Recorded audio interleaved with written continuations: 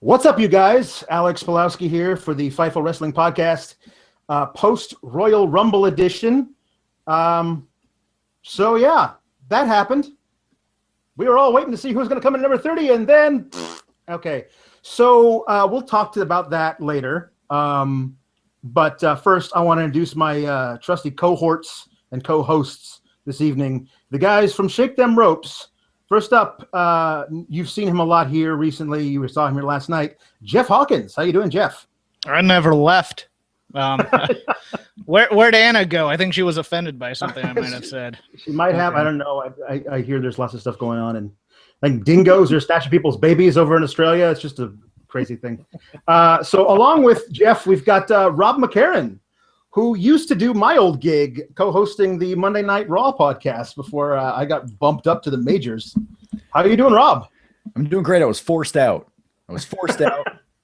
I haven't given up that grudge yet. I am. We're gonna have a heck of a show to talk about. This Royal Rumble pay-per-view, all 6.5 hours of it. But first, Jeff Hawkins. Why did I ever agree to give up the money? Why did I agree to give up the money? That's karma. That's karma for you. Oh my gosh. We had a Royal Rumble poll going. For those who are unaware of me, hi everybody. I'm Rob McCarran, host of Shake Them Ropes. This is the Shake Them Ropes / Fightful co-presentation of the Royal Rumble. Thank you, Alex, for joining us as well, and hosting this here on the Fightful side.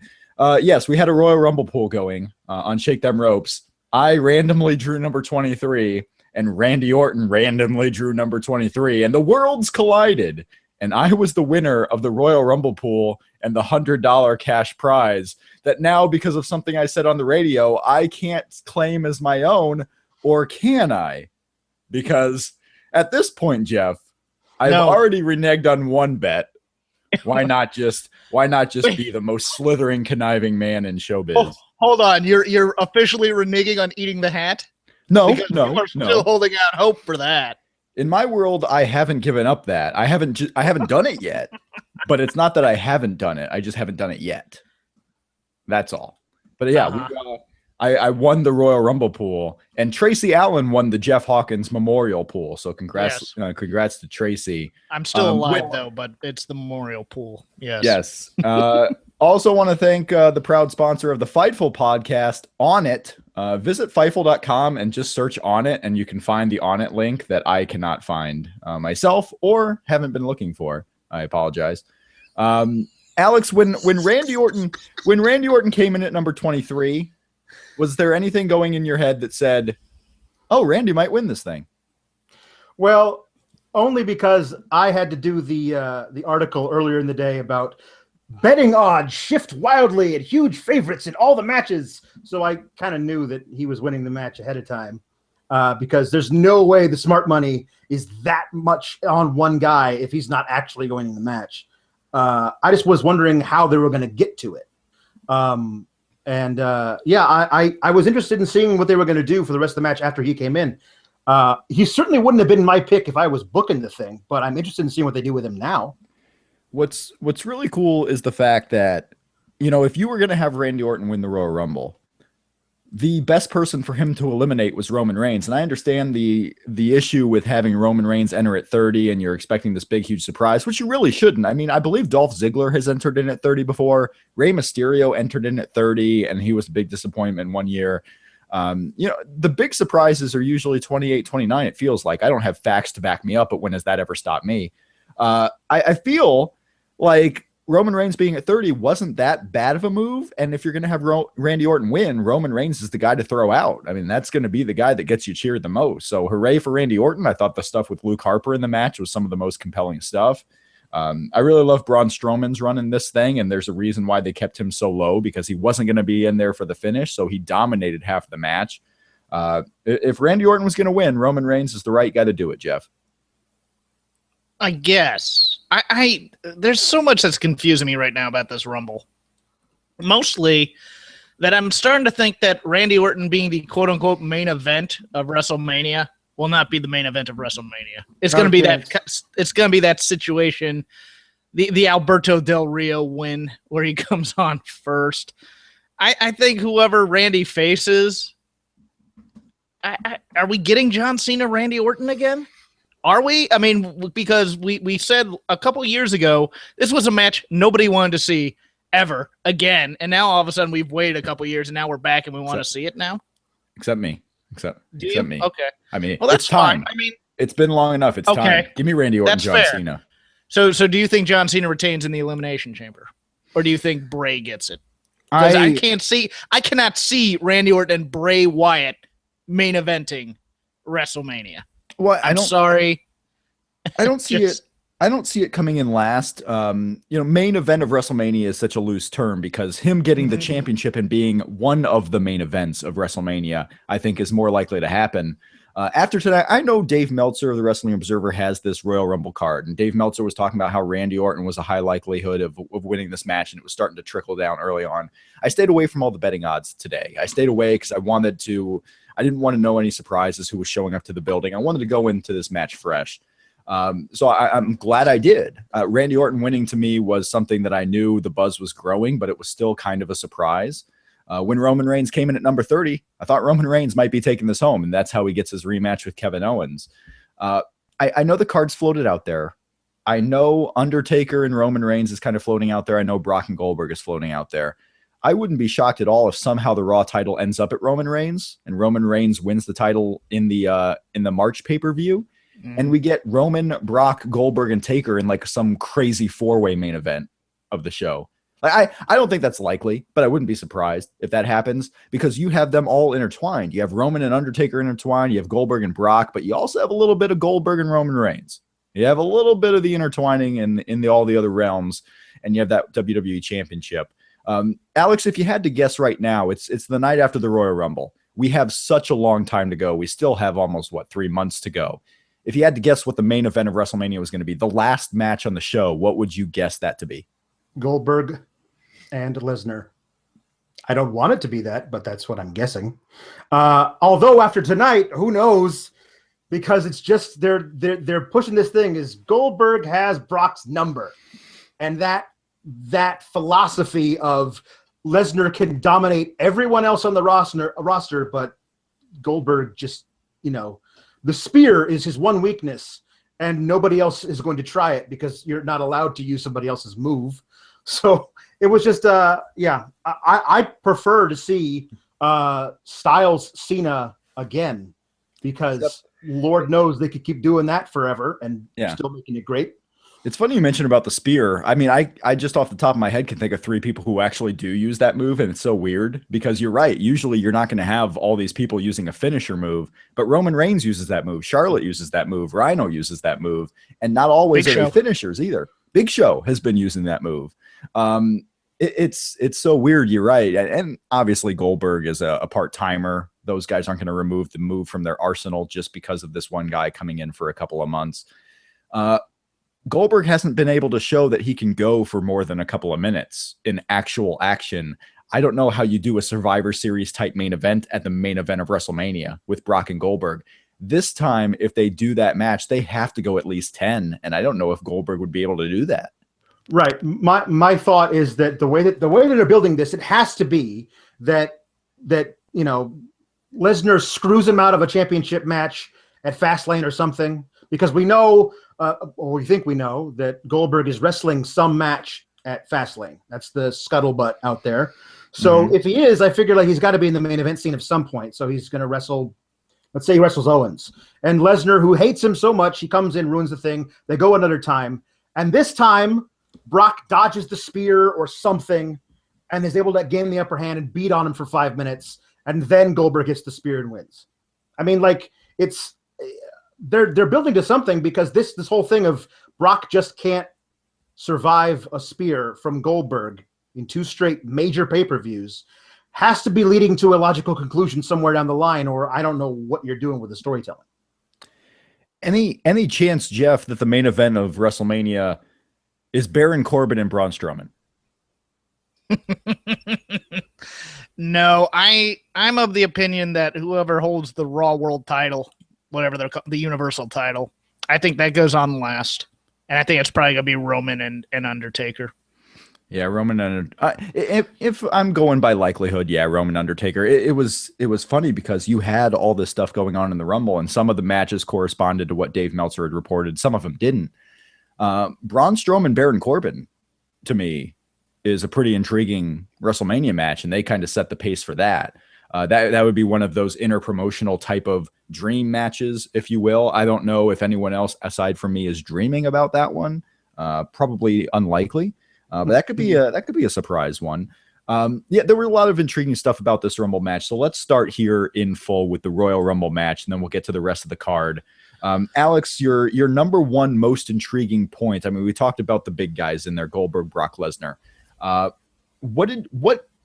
When you came away from this match, aside from, I know you tweeted out that you were done with this company, Roman Reigns coming 3. I know that was most likely a satirical and Yes. not serious, obviously. It's hyperbole. That's basically my gimmick. But yeah. But do you feel like the disdain with that move is there on a larger scale? Is this something that's going to haunt them for the next couple of weeks with Roman Reigns coming in number 30? Or is it not hurt so much because of the fact that he didn't win? Like Randy Orton won, Roman Reigns didn't. This would have hurt them more if Roman Reigns won, obviously. Yeah. But how long does this stay with WWE?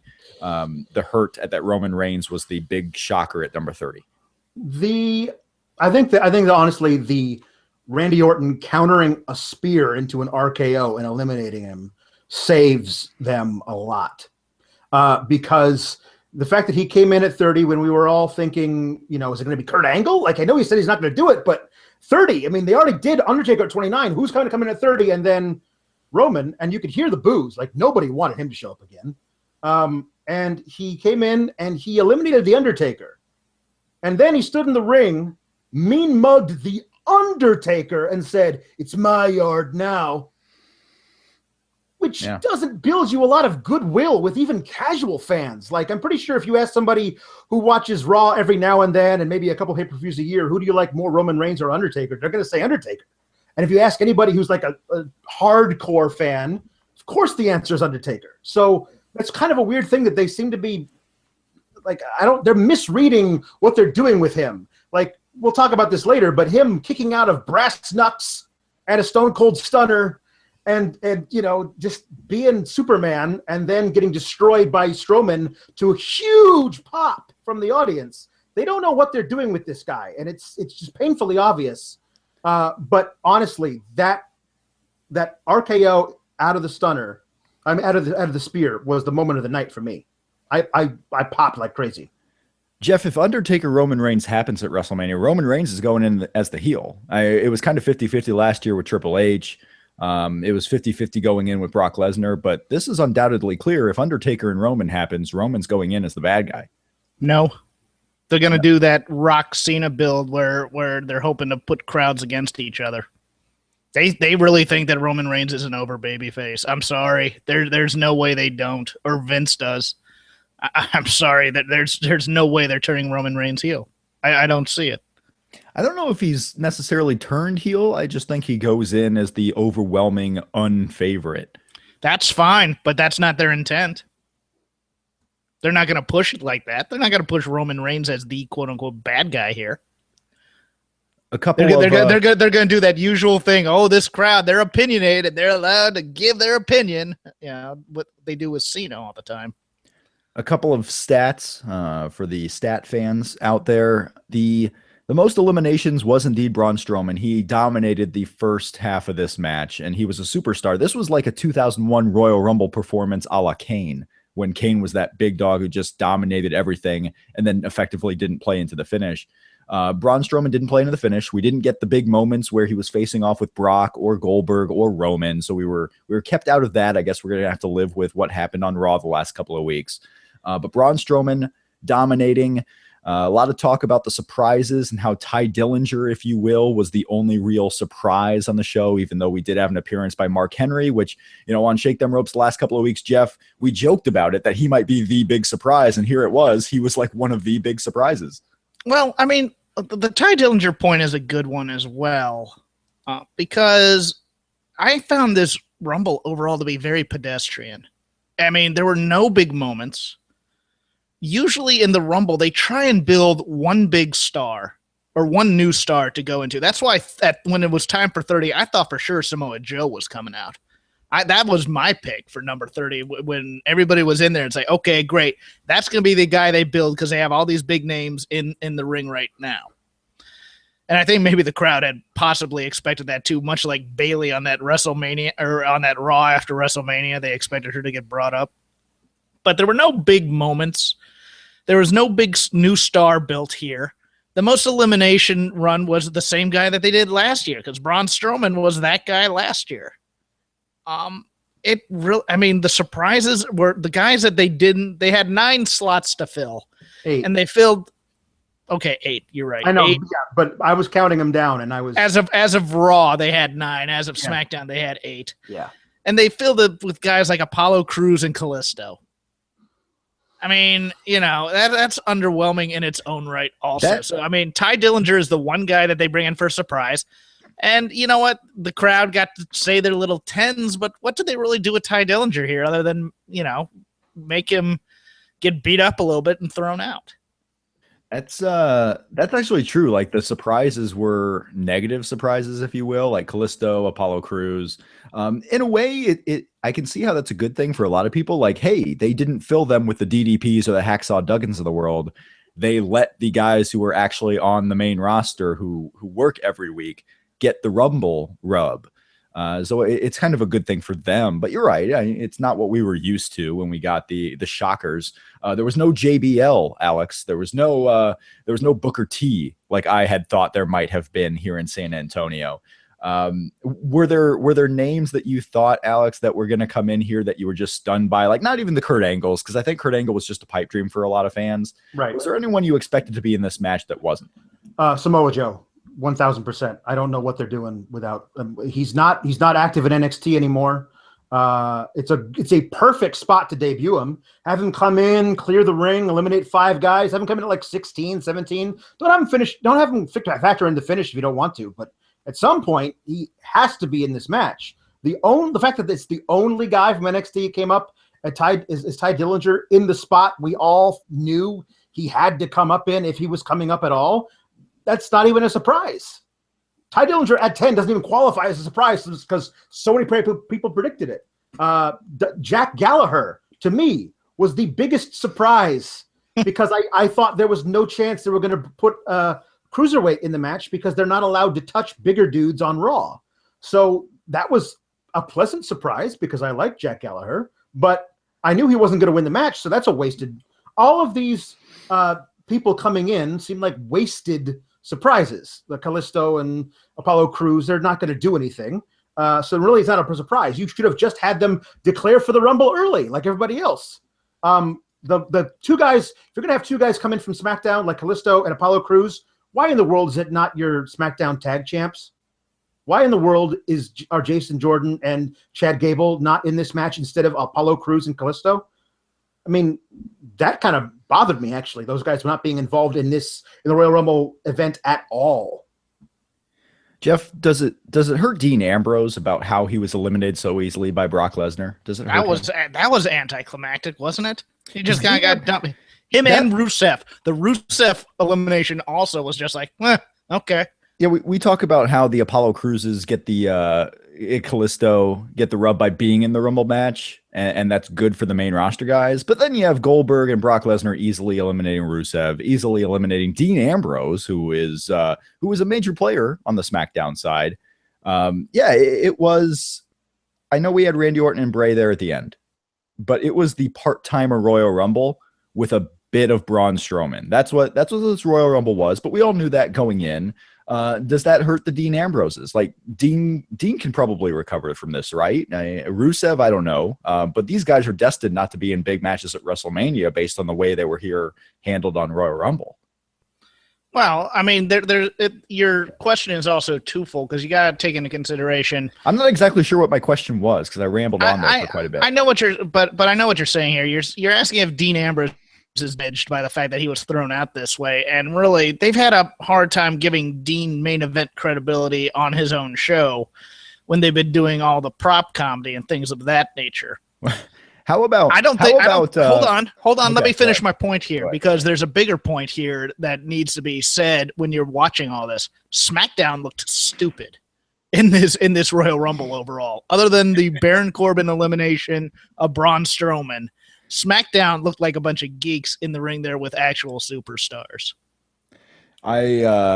This is my favorite. I'm going to record this and make this an open of Shake Them Ropes, Jeff. I'm going to have it, your host, Rob McCarran, Jeff Hawkins saying, this is a point that desperately needs to be said. Jeff Hawkins, SmackDown looks stupid. That's the new open of Shake Them Ropes. That's what just happened. That's better than the Dana Brooke open now, which I've been getting heat over still. So let's. Hey, what about Jerry Lawler on commentary? I thought commentary was super fun for this match. Sure. Alex? Yeah. I mean, I enjoyed having the King back in small doses. Certainly wouldn't want him on Raw every week yelling about puppies or whatever. But I thought the commentary was great. Corey Graves, as always, shined.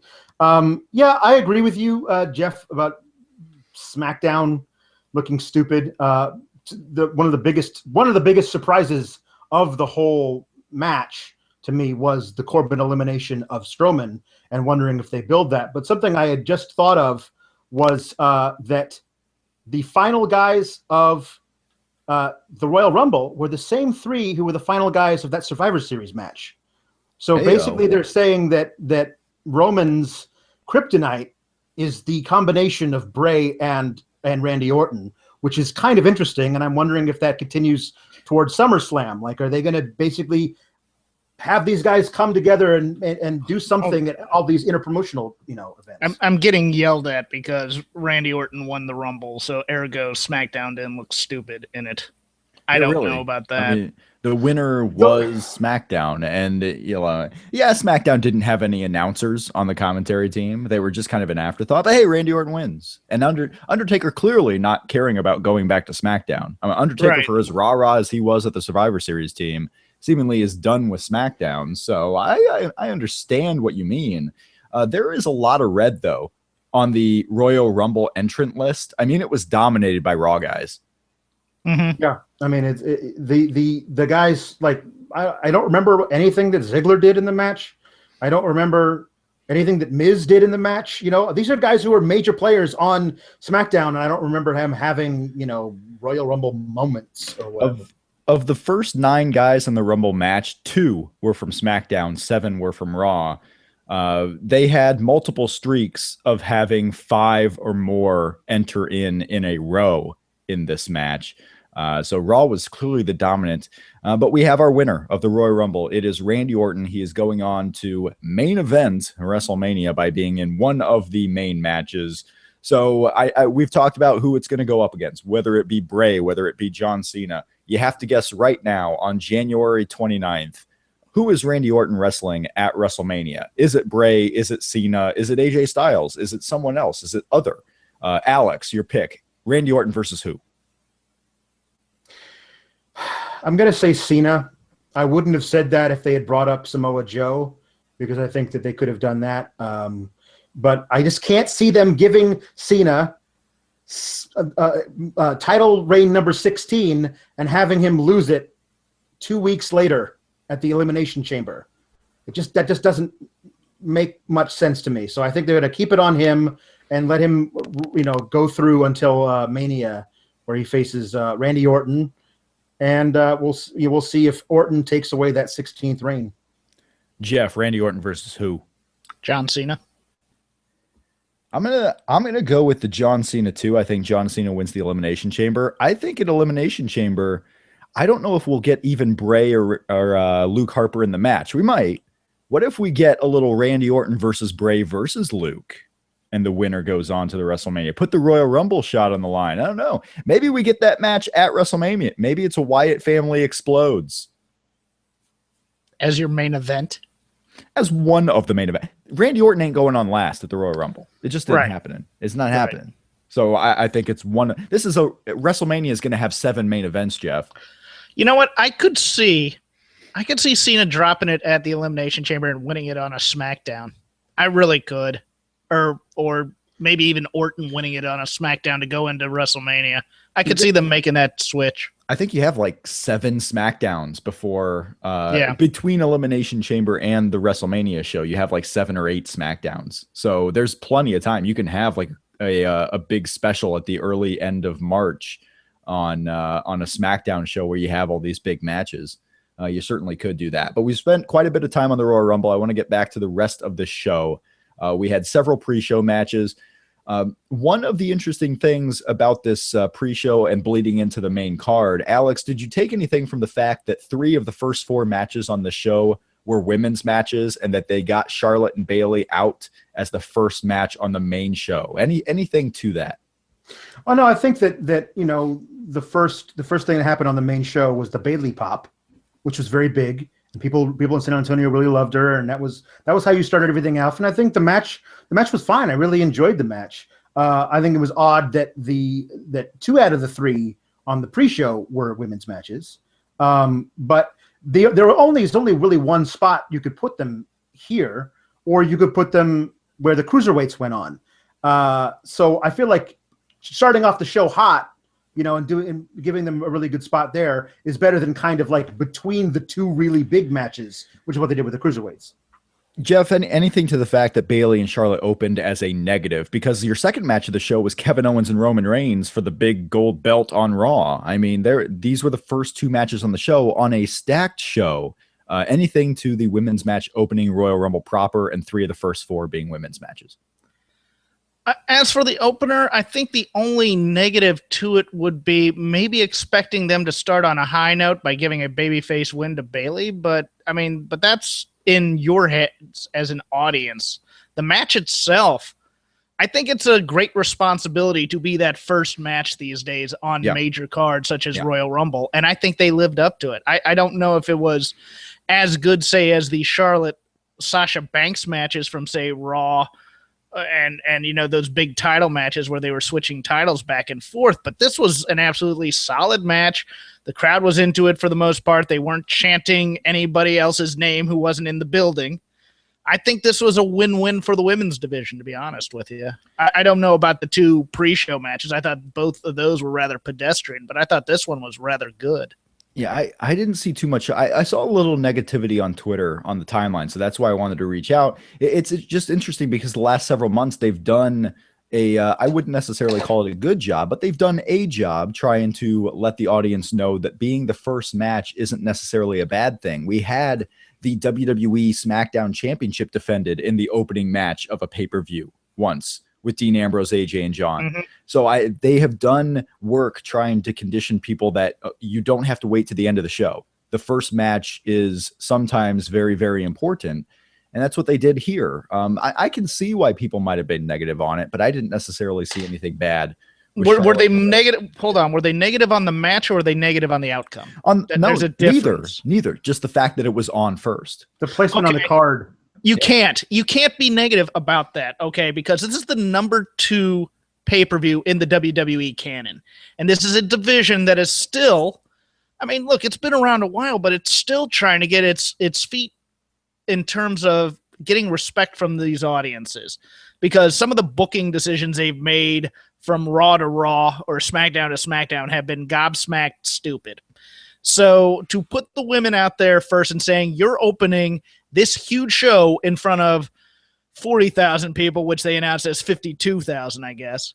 It might be. Is it legit? Is it legit 52-20? That's my question. But nevertheless, that is a great responsibility for this division.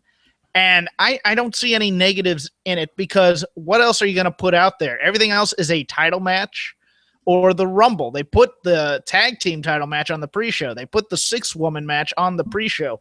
They put the Nia Jax Sasha Banks match on the pre-show. There's no filler in the rest of this Rumble card. So there's nothing wrong with that. And I think they held their own. And I think you should be proud of them, to be honest with you. Yeah, and again, I want to, if you're late to join or just catching up on the show, I want to congratulate Tracy Allen on winning the Jeff Hawkins Memorial Pool, the Royal Rumble Pool. We will have all the details about all the side prizes on Shake Them Ropes coming up in the midweek. I'd like to congratulate. Hold on, I'd like to congratulate Rob McCarron for winning the Rob McCarron Pool. Yes, I won my namesake, the Tino Sabatelli celebration pool on Shake Them that's Ropes. right. I was the victory. Number 23. I tweeted out that I only did this Royal Rumble pool to subtly prove that I am the ultimate insider of WWE information. This is my way of showing you that I know all. I know what's happening. That is not the case. That is a joke. But we will have more details on all the side prizes, and we'll get all the winner information on Shake Them Ropes proper coming up midweek, which you can catch on iTunes, Stitcher Radio, TuneIn Radio, all over the place. Just shake them ropes. Search it in your search bar. Let's get into the Royal Rumble show. We've bloviated to an enormous degree about so much right now. The show opened with the 6-woman tag team match. Mickie James, her proper return to WWE. Alexa Bliss, Mickie James, Natalya losing to Becky Lynch, Nikki Bella, and Naomi. Naomi is back. They got about 10 minutes. The opening match on the Royal Rumble card in full. Any big hot topic thoughts on this one, Alex? Nope. Jeff? I mean, I don't know if it's a hot topic. I don't remember Mickie James being in the match. I mean, I really wasn't paying that much attention to it, but I don't remember her being in the match. I also love that they're continuing the trend of keeping their current SmackDown Women's Champion, Alexa Bliss, looking super strong by taking the pinfall here when there were literally 5 other women who might have taken a pinfall. I do like Naomi is that she's using the split-legged moonsault to win matches instead of the put my butt in your face move, also called the rear view. But really, I guess I'm hoping we're building toward a women's elimination chamber match in 2 weeks. So let's hope that happens. You could be seeing that. Jeff, yeah, Alexa Bliss, she keeps eating pinfalls, but you know what? She's a killer. Mickie James has kind of been on the side. I mean, she is the sidekick to Alexa Bliss at this point. She's hanging in the background, which is interesting for someone who just re-debuted. She's been on television exactly 1 week. Let's hold our horses here just a little bit. I thought Naomi looked pretty good in this match, to be honest with you. I misread the tea leaves. I thought they were going to, because Mickie James has only been on TV for 1 week, give her the pin. 2 weeks. Okay, fine. If we're fine. Thank you. Well, she was the luchador for most of that first week, but nevertheless. Yes, but she was the side. I mean, all right. It's okay. Once you got it twice, it's a pattern. Can I finish my point, please? No, Alex. Luke Gallows and Carl Anderson won the tag team titles against Cesaro and Sheamus. No, stop this. Let me get my point out here. Go ahead. I misread the tea leaves on this because I thought they're going to give the pinfall to Mickie James, make her look strong because she just came back. What they did made sense. Alexa Bliss should be eating the pin here to Naomi because they're trying to establish Naomi as a legit #1 contender for the women's title. She can get the pin. Everybody else is involved in their own feuds. Let them go their separate ways and not screw with that any. But look, this is what you do with champions. They lose in the multi-person tags, and then they get the wins in the singles matches. I was fine with this. Alex, we have new tag team champions, and my question to you is simply this: are Luke Gallows and Carl Anderson the greatest tag team of all time? No, they're really good in Japan. I don't know about this. The whole thing with the 2 refs to me was just like leaves you wide open for something like this. I did think it was interesting that the same ref who caught a right from Sheamus in that match 2 weeks ago and then disqualified them after Gallows Anderson won, he's the same guy who caught the brogue kick tonight. So maybe it's like we're building this like ref thing who thinks that Sheamus has it out for him, and so now he's going to be like anti-Sheamus in other matches, possibly, because otherwise I'm not really sure what the 2 refs thing did for you. Because then you just had Anderson cheat to win this thing.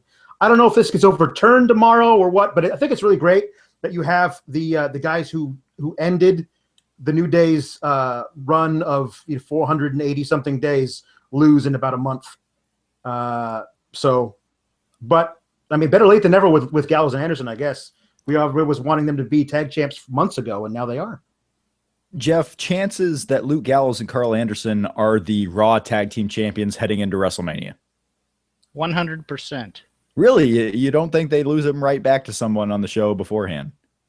No, unless I think they're going to lose them to the New Day at WrestleMania. That's who I think they're going to lose in a multi-tag match. I think what's going in a pre-show match, yes. More than likely. I thought this match did nothing for them, and even worse, the Rumble spot where now we're going to get Cesaro and Sheamus bickering again. Oh boy, because that storyline was compelling for the 2 months they did it before they made up and then bickered and then made up again. I just, God, I hated that, and I don't want to see it anymore, but we're getting it. Nia Jax in the final pre-show match defeated Sasha Banks. Very short, very quick. We all saw how this was going to go. Nia Jax getting wins. Nia Jax, is she shaping up to be in the Raw title picture? Who are you asking, me or him? Both of you at the same time. Answer in tandem. Answer in tandem immediately. Yes, well, it's going to be a fatal four-way at Mania between these two and Bayley and Charlotte. And I think someone else other than Charlotte takes the pin, and Charlotte loses the title without losing her pay-per-view streak. That's what I'm predicting for Mania. I was amazed at how strong they let her look on this. I really was. I thought they'd give Sasha a lot more offense. And don't get me wrong, as soon as Sasha walks out again, she's given up the finish for this match. I mean, she cannot hide her disdain for having to lose in a non-competitive match, or at least when she doesn't want to, which is a shame because I still like Sasha a lot. I understand what you need to do with Nia, but this was a borderline squash match, and that's what's shocked me, especially against a former women's champion who's been holding her own with the quote-unquote dominant champion on pay-per-view. That just blew my mind. They've been very good about teasing that even Charlotte is afraid of Nia Jax. Yeah, they've never met in the ring, so they're using that as a kind of a story that's behind everything, so that Nia hasn't sniffed the title scene, mainly because you have a dominant heel champion already. I would look for Nia to keep beating on Sasha until Sasha sneaks a win in, because if you look at the two of them together in the ring, Sasha's outweighed she's half the size, literally maybe a third of the size, and they're playing with that story with the giant versus the little one. So I'm interested in seeing where they go from here. I think this is obviously the first chapter in a longer feud that I think winds up culminating at Mania. Well, my critical, cynical theory is that Nia Jax will win the title at WrestleMania and break the streak, and The Rock will come out and crown her because they're related.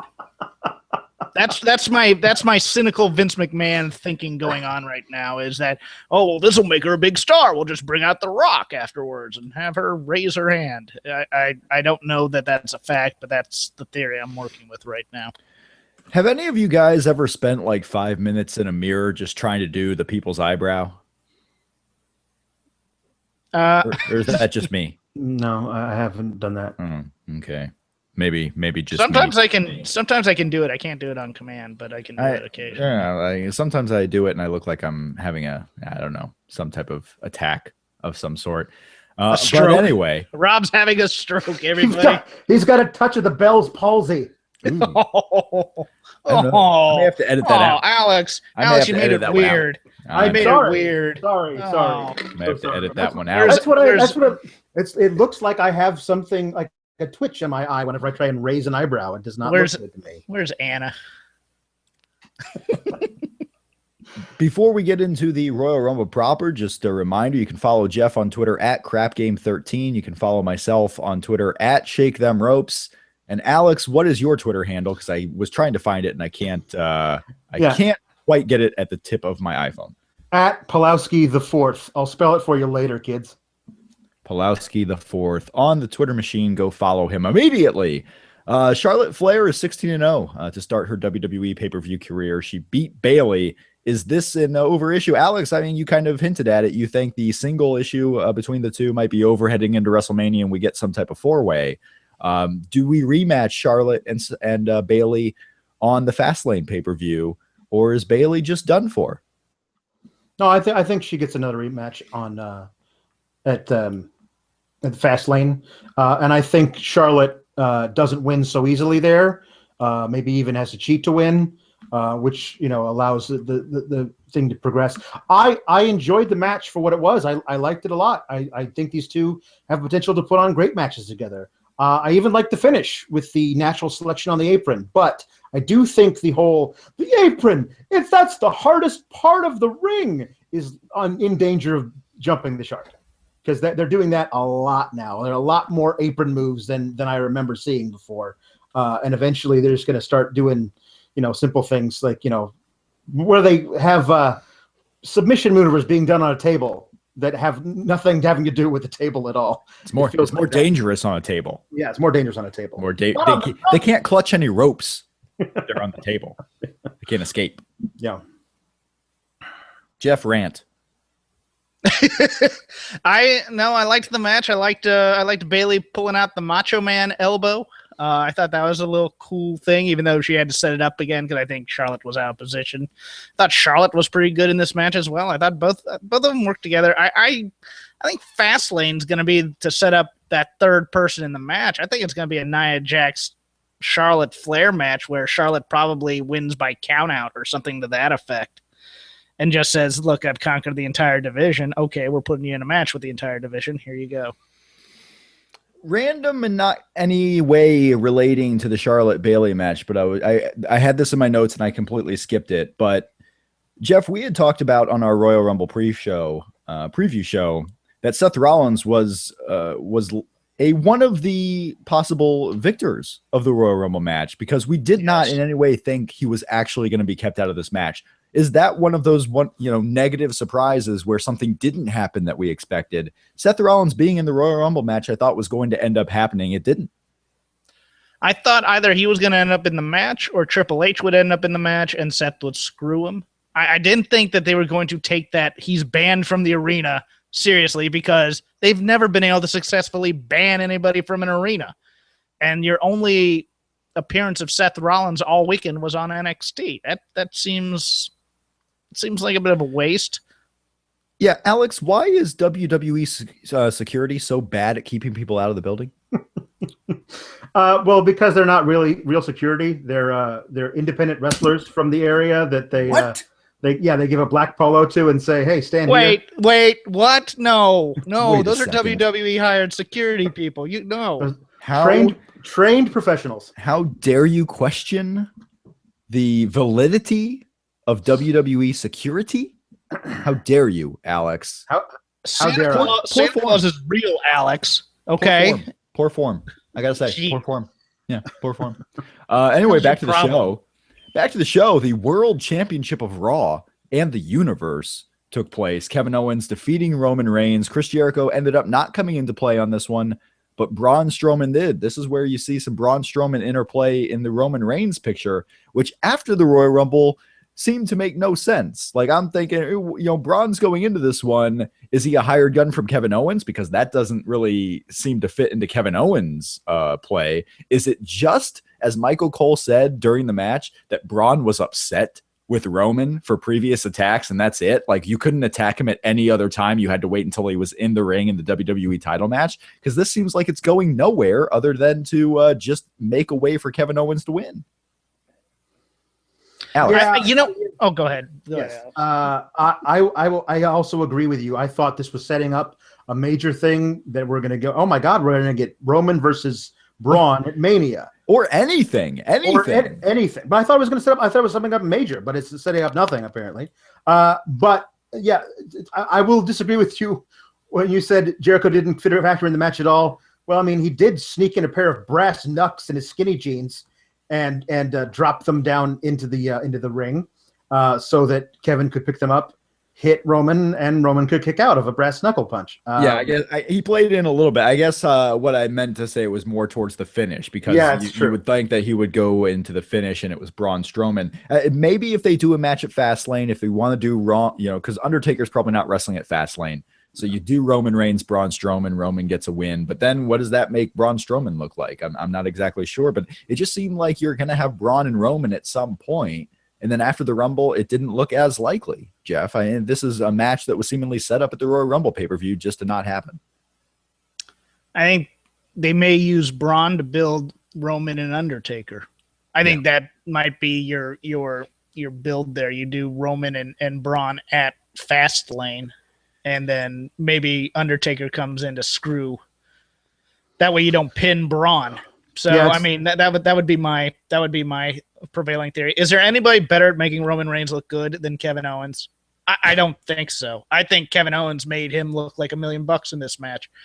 And especially having the no DQ and just having plunder all around to go back to his, I mean, his plunder matches the past 2 years on the main roster have been the best individual matches in terms of those types of stipulations from any talent on the roster, in my opinion. Because the one with Dean Ambrose was fantastic. That started this whole thing. That was fantastic. I could watch these types of matches all day out of Kevin Owens. He's so clever in setting up his spots. And yes, you do get, Chekhov's pyramid of chairs that later comes into play, but that's all part of the storytelling here. I really liked this match. I thought Roman was pretty good in it as well. Not to dissuade from him in any way, but Kevin Owens just crashed like a champ for him. Yeah, Owens is willing to bruise all of his insides to make somebody else look good. He always has been. He'll take anything to, like, the thing I think he had at Rumble last year was he got shoved off of the top turnbuckle onto a whole bunch of chairs or through a bunch of tables or something. He'll do that. He absolutely. If I'm gonna lose, I want someone to have to kill me, so before I lose, and he does. And that spot was great. My question was there going to be like a convention later in the Alamo Dome that they needed all those chairs for? I was wondering when there's if they pull out one, I totally get it, but there were literally dozens of chairs under the ring tonight, which just seemed kind of odd. What I'm thinking happens is, how the first couple of rows at WWE events get those commemorative chairs that they get to take home with them. Yeah. What I think they're worried about is that everyone leaves early and all the chairs are gone, so they just need replacements. Like, in case, I don't know. Maybe you want to set the commemorative chair aside, so you don't kind of, butt sweat, ruin the chair. I don't know. You haven't thought about that, didn't you? I've been thinking about the logistics. I'm all about the logistics of the front few rows in WWE. Yeah, we had a Funaki reference during the Kevin Owens Roman Reigns as they went through International Row. We got to see all the international broadcasters. We got to see quite a few of them tonight. Poor SmackDown or the Raw announce table getting decimated early on in the show. Never to be seen again. And SmackDown, you look at Mauro Ranallo there like he's the king of the castle because he's still got his table. Very interesting on the commentary side. I don't know what I'm talking about. Speaking of I don't know what I'm talking about, Neville is the king of the cruiserweights. Neville, victorious against Rich Swann. What do you think of this match, Jeffrey? And what do you think about Neville finally reigning the cruiserweight division? I really liked this match. I thought this was possibly the best cruiserweight title match we've had since the division has been brought in. I'm not sure of the future of it. I just there are things that aren't connecting that connected with that network / Full Sail crowd that aren't connecting with for lack of a better term, a more generic WWE crowd. I don't know what it is. I think it's probably the complaint that the little guys do the same moves as the big guys. Or even worse, they're doing grappling amongst each other at 205 while the big guys are doing pescados and whatnot. I don't know what's missing here, but this match I thought was pretty darn fantastic. And I thought Neville makes a great champ here. And I thought Rich Swann did well for himself too in his first quote unquote major pay-per-view. Yeah, my problem with them, with the cruiserweights on the main roster and with this match in particular, is I don't want to see these guys doing rest holds. Stop chin locking each other and jump over stuff. You know what I mean? Like that's what I loved about the Cruiserweight Classic, is because these guys did amazing things for 10 minutes trying to win matches, and it felt like they were stalling for time by having Neville, of all people, just put Rich Swann, of all people, in a chin lock in the middle of the ring, which I get it. That's what you do to build the heel. Like you hate the guy, and then you cheer for the other guy to get up, and it's the way we do things. But it doesn't have to be. You could do something different with these guys. But all the stuff around that particular section was amazing and great. My one fear is that they're going to do with Neville what they do with all heel champions, and he's going to become a coward. I want this guy to be the monster of the Cruiserweight division. I don't want him to even come close to losing to anybody for a while until he loses the title in a multi-man ladder match at Mania. I want him to Brock Lesnar his way through the Cruiserweight division for a couple of months. That's interesting because Rob knows my fear. My fear is that they give him a coronation with a crown and a scepter. Well, that would be worse than my fear. So you've replaced my fear with your fear. And if they do that, if they don't do it for Neville, they still have Tyler Bate to work on that with. They have other options for the crown and the scepter.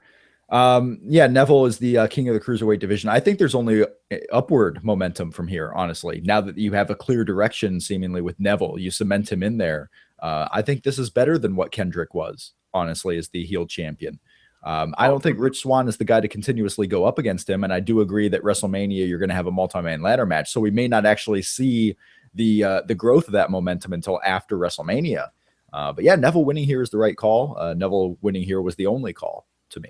I do want to say that I absolutely love Neville's new finisher, the heel finisher of this submission move. Oh yeah, getting rid of the red arrow and having him do this butterfly crossface, which I have decided to call the butterface, is an incredible submission maneuver that I think he should win all of his matches with. Let's get to the big one here. John Cena finally defeated AJ Styles. There was no interference from the club. They were too busy celebrating their tag team title victory. And I wonder if that'll come into play in any way, like with AJ Styles, if they want to continue any type of club interference references. But AJ Styles loses a hard-fought match. We got to the final 5 or 6 minutes where it was just the changing of finishers, which was really cool stuff. Some complaints I saw on Twitter, and I want to get your thoughts on, was this too similar to the SummerSlam match? Was there not enough difference in here? You saw this complaint a lot with the Kevin Owens, John Cena trilogy in some ways. Anything to the fact that it wasn't different enough? And if it wasn't, is that even a bad thing, Alex?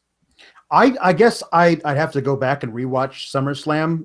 I've seen so much wrestling since August. I'm trying to remember if this was, because I didn't think that watching it. Whenever once crossed my mind, did I think, well, this is the same thing I watched, 6 months ago or whatever. I really loved this match. Loved this match. I couldn't believe there was some things in there. There was elements of a John Cena doing running vicious lariats. That's not a thing that I see from Cena. These are really cool stuff. Easily the best code red John Cena has ever executed. There you go. That's what I was gonna focus on. But this was the best pro wrestling match in January of 2017. Jeff, tell me where I'm wrong. Oh, you liked this better than Omega and Okada? Who are they? Oh, geez, really? Okay. I will say this. This is the John Cena main event style, where each guy gets to do their finisher, kick out. Each guy gets to do a super version of their finisher and kick out. John Cena still gets to do his power moves. It's a very good style. It's fun to watch. Old school me tends to kind of go, okay, you're going to just start kicking out finishers over and over here. But I liked the ending to this where he just keeps hitting his finisher over and over in order to pin AJ Styles. It's weird because for me, the first third of this match, I thought John Cena was going in slow motion. I thought he might have gassed himself running down to the ring, possibly, because there was something sluggish about him in that first third of the match that I just couldn't get over. I don't know if you guys picked up on that at all, but big lunch. A big lunch, yeah. I mean, it's the Royal Rumble, extra catering. I am concerned. I don't know where AJ Styles fits into the Mania card, and I hope it's not a multi-man match. And quite frankly, I hope it's not a Shane McMahon match. I really There you go. There you go. That's what they're going to do. I don't want it, but I feel like that's what they're going to do. They still have time to bring up Joe in the Elimination Chamber and put those two together. I'll take that. Nothing would please me more than to see AJ Styles versus Samoa Joe at WrestleMania in Orlando, where they taped all those TNA matches. With Dixie in the front row. That's what. That ain't happening in a Vince McMahon produced show. No, I would love Probably it, not. but it ain't happening. Probably not. But when you were saying that he was sluggish, it looked to me like it was AJ and Cena both trying to do Omega Okada, like feeling each other out for the first third, taking some time. I thought it was going to go 45 minutes, and because it's happened so early in the night, and I thought they were trying to like save energy and figure out what's the best way to get to this guy. Cena basically, all the things I tried before didn't work. Let me see if I can do something else. And Styles going, I know that he's going to try something else. What's it going to be? That's what it felt like to me. But when business picked up, and it did, it was awesome. Loved it. And wasn't better technically than Omega Okada, but I will say I enjoyed it more because I have the context of watching these guys do all their stuff for the past several months, where unfortunately for me, I don't keep up with New Japan all that much. So I just watched a great match, having no idea of the history between Omega and Okada. And that's that was a sweet, Code Red it was. too. I just want to go back and say that thing popped me out of my couch. It was a sweet Code Red. What do you think about this 6? We're only a couple of weeks away. This may as well serve as an Elimination Chamber preview show, really, at this point. Elimination Chamber match, the main event of the SmackDown pay-per-view coming up. AJ, John Cena, Bray Wyatt, Luke Harper, Dean Ambrose, Baron Corbin. You got anyone else displacing one of these guys as the 6? Could Samoa Joe take the spot of maybe a Luke Harper? What about Dolph Ziggler? What about The Miz? Who do you see as your 6 guys going into the chamber? I hope The Miz is in it. He deserves it. He deserves to be in a title match. It was before this happened. Before John Cena took the title off of Styles, I actually thought The Miz should win at Elimination Chamber. Not pitting Styles, not pitting Cena, pitting somebody else, like Harper off of a move that somebody else did to Harper, being a snake and getting a win that way. Because The Miz, after his last calendar year, deserves a run with the WWE Championship.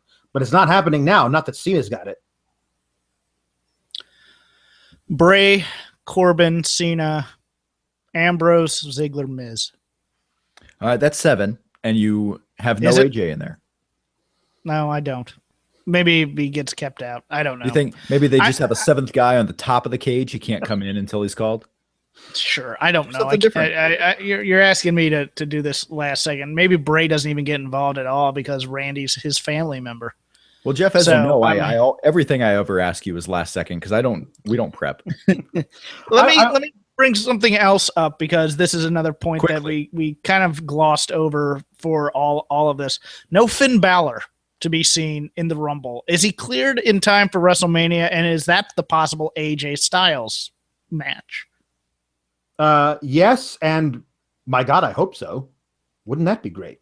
That'd be a cool match on the SmackDown side. It would be tough to justify, but I mean, in this age of Undertaker going wherever he wants, if you have an interpromotional match like Braun and Baron, maybe you can do something with Finn Balor. It could be an exhibition match. The top guy on SmackDown versus this guy on Raw. The club. You get the club involved on it, and then I would say it's more likely that he's one of those post WrestleMania Raw surprises than actually showing up at WrestleMania, because you have to know that he's going to be healthy for that show. And you have to know that about a month and a half beforehand when you really start building what your card is going to be. So it's not just that, is he going to be ready for Mania? Is he going to be ready in the middle of February is what you really have to be asking with Finn Balor. Quickly, rapid fire here. Alex, your best match on this Royal Rumble 2007 pay-per-view? Cena versus Styles, 1,000%. Yep. Cena Styles. Yeah, I agree. The Cena Styles was pretty amazing match there. And your overall grade for the Royal Rumble pay-per-view, Jeff, what would you grade this show from a top to bottom scale, A through F? B. Alex? B plus, A minus, B plus. I'm gonna give it a big solid B, and that B is for Baron and Braun. Baron and Braun, your superstars heading in to 2007 and beyond. That is the Royal Rumble pay-per-view. Is there anything else we missed, Alex? And go ahead and close us out. I don't think there's anything else that we missed. And we went through all this stuff. The big thing coming out of this that I've seen on my timeline on Twitter is people seem to think that Roman eliminating Taker was a full-on heel turn, and I would love that, but I don't think that's what they're doing. Guys, do you think that's what they're doing with this? Because no, it's not a full-on heel turn to eliminate guys from the Royal Rumble match. Guys eliminate their friends all the time. I mean, right. It's not a heel turn to eliminate someone. It's what you do after that is what would actually. They hype it. They hype it as every man for himself. It's not a heel turn. The point being that he then said to him, "It's my yard now," which is a very heelish thing for a guy to say. Right, but you gotta understand. You gotta hold on. You gotta understand that Vince McMahon likes alpha males, so it's not a heel turn in his eyes. I agree. Go ahead. Yes, if he comes out in a Trump shirt tomorrow night on Raw and shoots Undertaker with a BB gun and then reveals the shirt to actually say on the back, "I'm a heel now," that will be the Roman Reigns heel turn.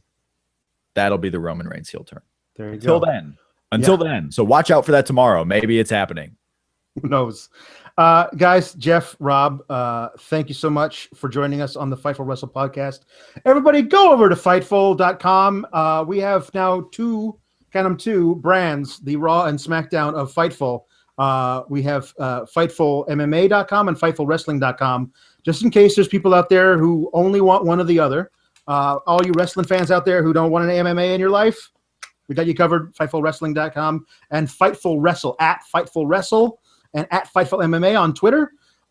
Please, everybody, go there and check all of our stuff out. We have amazing features, in particular, Anna Bowert's amazing Most Ridiculous that she does every week. She's got a new one up today about the Royal Rumble, all the matches on the card. It was hilarious, as always. Check us out on all the podcasts all week long. So many podcasts, you won't have time to listen to them. And you can follow me on Twitter at Pawlowski IV, PAWLOWSKITHE, the numeral 4, TH. Follow Rob at Shake Them Ropes. Follow Jeff at Crap Game 13. Until next time, guys, we are out.